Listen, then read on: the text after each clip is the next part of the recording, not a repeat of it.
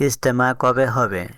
আগের ঘোষণা অনুযায়ী ইজতেমা ২, ৩ ও ৪ জানুয়ারি ও ৯, ১০ ও ১১ জানুয়ারি ২০২৬ সাল হওয়ার কথা ছিল। ২৫ সালের শেষেই সরকার বলেছে যে টঙ্গী বিশ্ব ইজতেমা সহ সকল ধরনের বড় জামায়াত ইজতেমা, নির্বাচন আর রেফারেন্ডাম এর আগে স্থগিত করা হয়েছে। ইজতেমা ময়দানে ইজতেমা বা মহড়া অনুষ্ঠিত হবে না নির্বাচনের প্রস্তুতির কারণে। ফলে জানুয়ারির ওই তারিখগুলো ইজতেমা হচ্ছে না।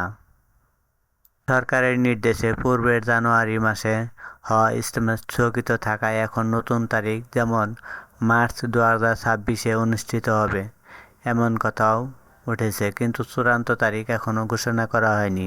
যখন নতুন চূড়ান্ত তারিখ সরকারিভাবে ঘোষণা করা হবে সেই তথ্যটি দ্রুত আপনাকে পাঠিয়ে দিতে পারি।